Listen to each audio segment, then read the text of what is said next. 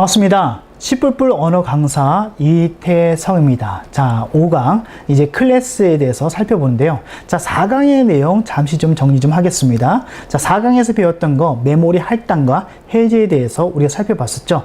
그 다음에 연산자 수준, 즉 키워드 수준에서 이와 같은 메모리를 할당할 수 있는 new와 delete에 대해서 우리가 살펴봤습니다. 자, 4강에서도 조금 언급했던 내용인데요. new와 delete는 단순하게 메모리를 할당하는 그와 같은 기능 외에 더 파워풀한 그런 기능들이 있다라고 제가 언급을 해드렸습니다. 그래서 그와 같은 내용들이 5강 클래스를 하면서 그 내용이 이제 나오게 됩니다. 자, 그 다음에 이와 같은 new와 delete를 이용해서 메모리를 우리가 임의적으로 할당할 때 필요한 변수 뭐였습니까? 포인터라는 이 변수가 아주 중요하게 사용이 됐었죠. 그래서 그와 관련된 여러 가지 스타일들을 우리가 한번 살펴봤습니다. 그래서 그런 개념들을 명확히 해야지만 5강의 클래스를 원활하게 쓸 수가 있습니다.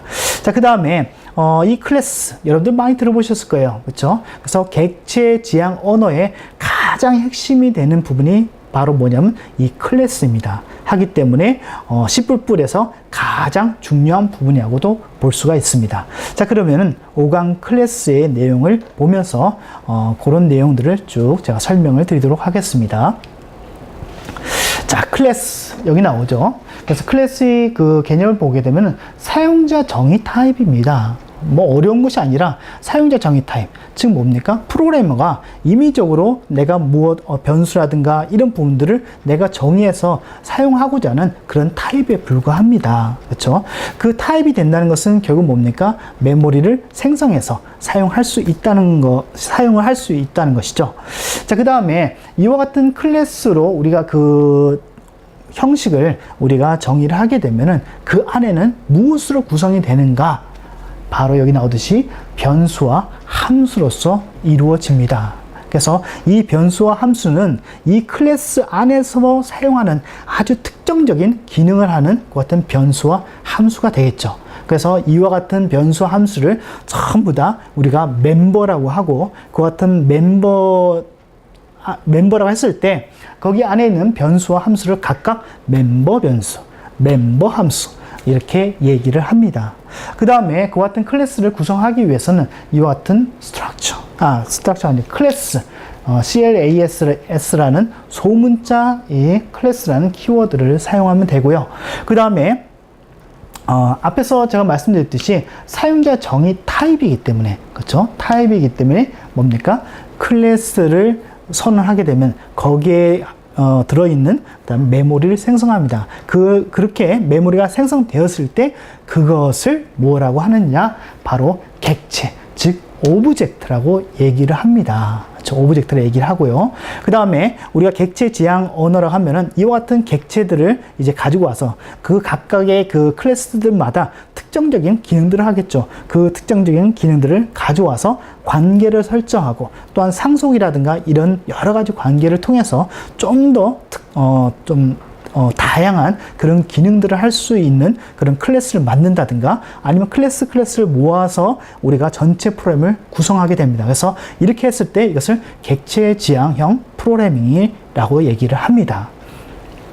자, 그리고 클래스는 너무 어렵게 생각하지 마시고요. 여기 나오는 이 스트럭처를 비교를 하시면 됩니다. 그래서 C에서는 스트럭 하게 되면은 일반 구조체였고 그 다음에 만을 저장하는 그런 용도로만 사용했었죠. 하지만 우리가 C++이 되면은 이 구조체는 단순하게 값만을 저장하는 그 같은 구조체가 아니라 이 구조체는 무엇이 됩니까? 바로 클래스, 바로 오브젝트, 객체가 됩니다. 그래서 C++에서는 이 스트럭처를 전부 다 클래스로 인식하고 그 다음에 스트럭처 대신에 클래스를 써도 동일한 동작을 합니다. 단 스트럭처를 쓰게 되면 그 안에 내부 속성이 약간 좀 달라지긴 하지만 그 부분은 이제 뒤에 가서 제가 또 말씀을 드리고 근원적인 것은 스트럭처나 클래스나 동일하게 사용됩니다. 그 다음에 형식도 아주 유사합니다.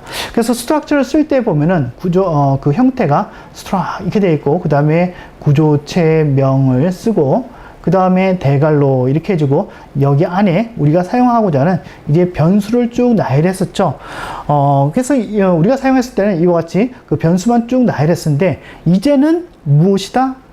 이 스트럭처가 C++로 넘어오면서 무엇이었다? 클래스가 되었기 때문에 여기 안에다 변수뿐만이 아니라 무엇도 넣을 수 있습니까? 이제 함수라는 것도 넣을 수가 있고, 여기서 썼던 스트럭처 대신에 클래스를 쓰더라도 동일하게 동작을 합니다. 또한 거기서 사용하는 그 형식, 그 다음에 멤버 변수를 우리가 호출하거나 하는 그 형식도 구조체와 동일하게 사용을 합니다. 자, 그래서 이 클래스는 그 기본적인 아주 밑바닥은 이렇습니다. 뭐냐면 플로트라든가 INT라든가 캐릭터라든가 W라든가 이런 데이터형들은 단순하게 값만을 저장하잖아요. 그렇죠? 그 외에는 아무 기능이 없습니다. 그렇죠? 없지만 이 클래스는 이제 그 타입이기는 하지만, 같은 타입이긴 하지만 어떤 것이 더 들어갔습니까? 단순하게 그냥 값만을 저장한 것이 아니라 이제 펑션적인 부분들, 일단 기능적인 부분들이 들어가서 여기 이 데이터 타입에다가 좀 더 알파 플러스 된 그런 형태가 바로 뭐다? 클래스라는 것을 이제 여러분들은 조금 직감할 수 있고, 그 클래스가 나오게 된 유래는 거기에서부터 좀 나오게 된 겁니다. 그래서 여기에다가 좀 더 기능을 추가할 수 없을까? 그래서 새로운 형식인 클래스를 이렇게 만들어낸 것이죠. 자, 그러면은 이제 클래스를 실제로 내부적인 사항들을 보겠습니다. 자, 클래스는 소문자 CLAS를 쓰고요. 그 다음에 객체 정의를 위한 키워드로 사용합니다. 그 다음에 형식은 구조체하고 유사하다고 했었죠. 유사하다기보다는 똑같습니다. 그 다음에 구성은 그 안에 변수와 함수가 들어가고, 기본 형식은 이렇습니다.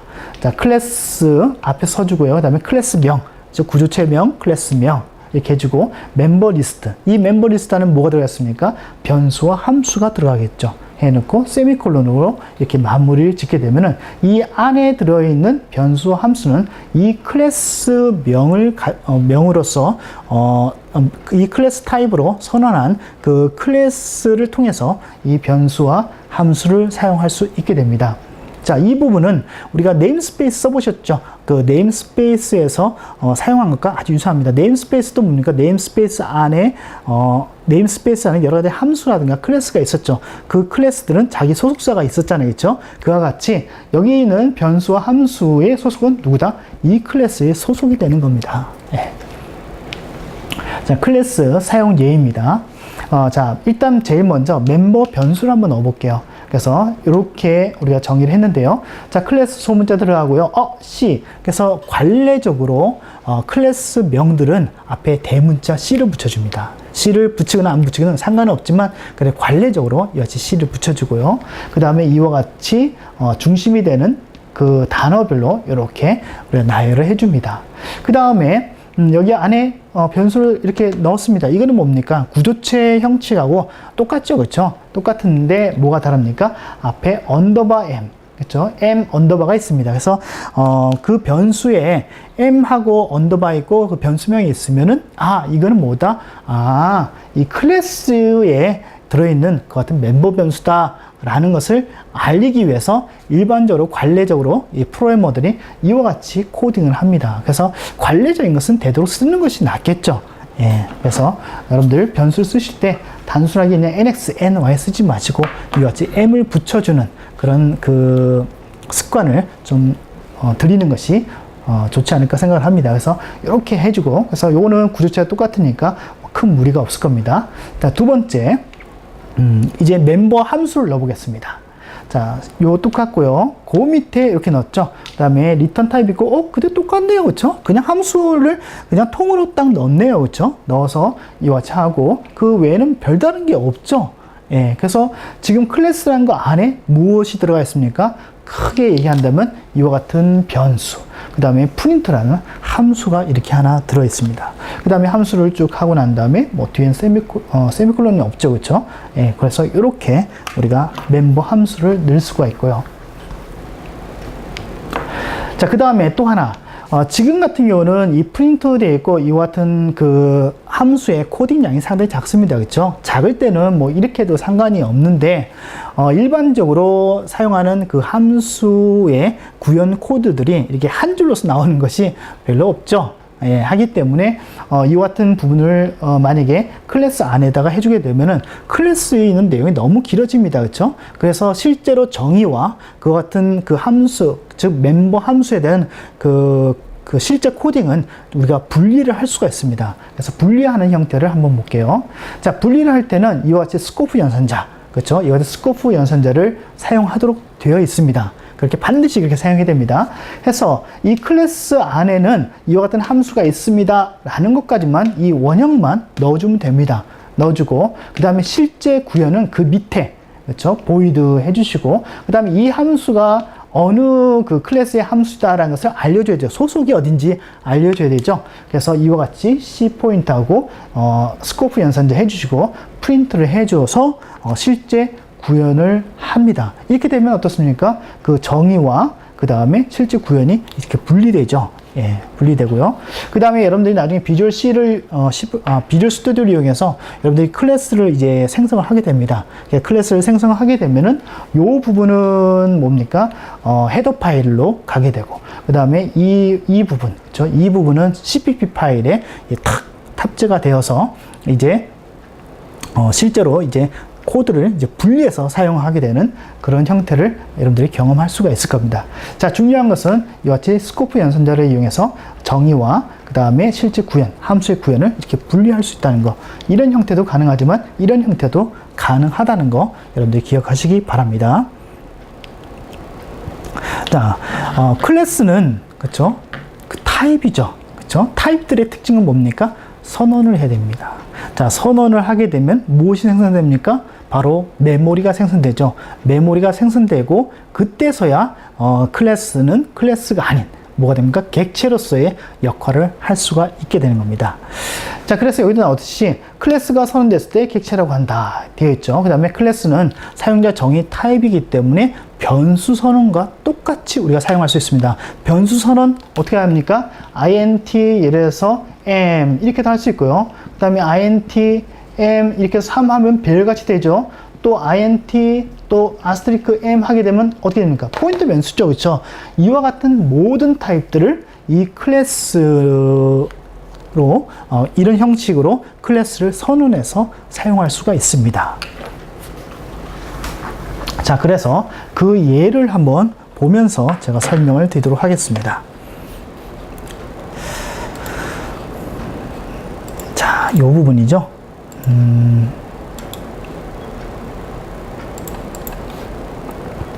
자, 볼게요. 여기 나오듯이 C 포인터 XY, 그 다음에 STD, 그 다음에 MX, 그 다음에 각각 변수를 선언했고 프린트 그대로 했습니다. 그렇죠? 그 다음에 이건 뭡니까? 탭입니다. 그렇죠? 그래서 요거는 뭡니까? 역슬래시 T죠. 예, 이렇게 우리가 할 수 있고요. 해서 그 X의 값과 그 다음에 그 변수 안에 있는 이 클래스 변수 안에, 이 함수는 이 클래스 안에 있는 그 변수들을 사용해야 됩니다. 그 외부 건 사용할 수가 없죠. 그래서 그 안에 있는 변수의 값들을 이와 같이 출력을 하게 됩니다. 자, 그 다음에 선언 보세요. 자, 여기 나오듯이 뭡니까? 일반 일반 변수 타입과 동일하게 선언되어 있고, 이건 뭡니까? 포인터 클래스죠. 그렇죠? 클래스는 클래스인데 포인터 형식으로 이렇게 선언을 할 수가 있습니다. 자, 이렇게 되면은 여기 나오듯이 요 앞이 뭡니까? 클래스명이죠. 그렇죠? 클래스명을 하게 되면 요것이 이제 하나의 객체로서 되고, 그 다음에 요 같은 경우는 그 의미가 어떻게 되겠습니까? 바로 C 포인터 XY라는 클래스의 메모리 주소를 저장하는 그 같은 클래스 변수가 되는 것이죠. 그래서 이렇게 포인터가 되는 것이죠. 그래서 이렇게 우리가 그런 용도로서 사용을 할 수가 있습니다. 자, 그래서 일단은 선언 형식이 일반 데이터 타입과 똑같다는 것을 여러분들이 확인을 해보면 됩니다. 그 다음에 또 두 번째 예를 한번 볼게요. 자, 두 번째 요걸 한번 보세요. 자, 앞에 거 똑같습니다. 똑같고요. 자, 이거는 어떻습니까? 앞에서 지금 제가 언급을 했듯이 뭡니까? 포인터 변수입니다. 그렇죠? 클래스형 포인터 변수죠. P 포인터 되어 있고, 이 포인터는 지금 뭡니까? 몇 바이트를 할당된 겁니까? 지금 4바이트가 할당되어 있습니다. 4바이트 메모리가 할당되어 있고, 그 이름이 뭡니까? P, 좀 밑에다 할까요? 4바이트가 할당되어 있고, 그 다음에 그 이름이 P 포인트라는 클래스명으로 클래스 포인터로 이렇게 선언이 되어 있습니다. 자, 그 다음에 C 포인터 XY. 그렇죠? 일반 데이터형과 동일하게 쓰죠. 그렇죠? new에서 이렇게 해주게 되면은, 그 바이트, 얼마만큼의 메모리가 생성되는지는 알 수는 없지만, 아무튼, C 포인트 XY라는 같은 객체가 생성되고, 그거의 주소를 어디다가 저장하고 있습니까? 여기에 저장하게 되죠. 그렇죠? 저장하게 되고, 이제, 저장하겠으니까, 이거는 이제 어떻게 됩니까? P 포인터를 통해서 이제 실질적으로 그 안에 있는 어떤 멤버들을 사용을 한다든가, 이런 부분이 이제 가능해지는 겁니다. 메모리가 생성되었기 때문에. 자, 이와 같이 생성된 이 객체를 해제할 때는 어떻게 됩니까?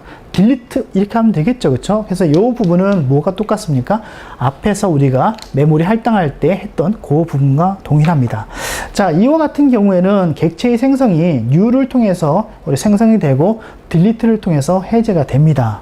자, 이와 같은 경우, 그렇죠? 앞에서 같은 이런 경우는 언제 생성됩니까? 이와 같이 선언이 됐을 때 요거는 뭡니까? 생성이 되고, 그 다음에 메인이 끝나게 되면 어떻게 됩니까? 객체는 해제가 되겠죠. 자동으로 해제가 됩니다. 그래서 그런 부분까지도 일반 변수 타입과 동일하다는 거 여러분들이 기억하시기 바랍니다.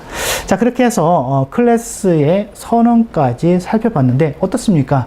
그렇게 뭐 어렵지 않죠? 그래서 클래스 하게 되면 멤버 함수들이 있고 그 어떤 클래스의 용도로서 사용할 수 있는 멤버 함수가 내부적으로 자리 잡고 있는데 그 형태가 무엇과 유사하다? 구조체와 아주 유사하다는 것을 기억하신다면 클래스 선언과 그다음에 사용이라든가 이런 부분에는 큰 문제가 없을 거라 생각합니다. 자, 그러면은 일단 클래스에 대한 기본적인 사항들을 여기서 마치고요. 그다음에 다음 강의에서 이제 그 클래스에 해당하는 여러 가지 속성들이 있습니다. 그래서 거기에 관련된 사항들을 이제 같이 살펴보도록 하겠습니다.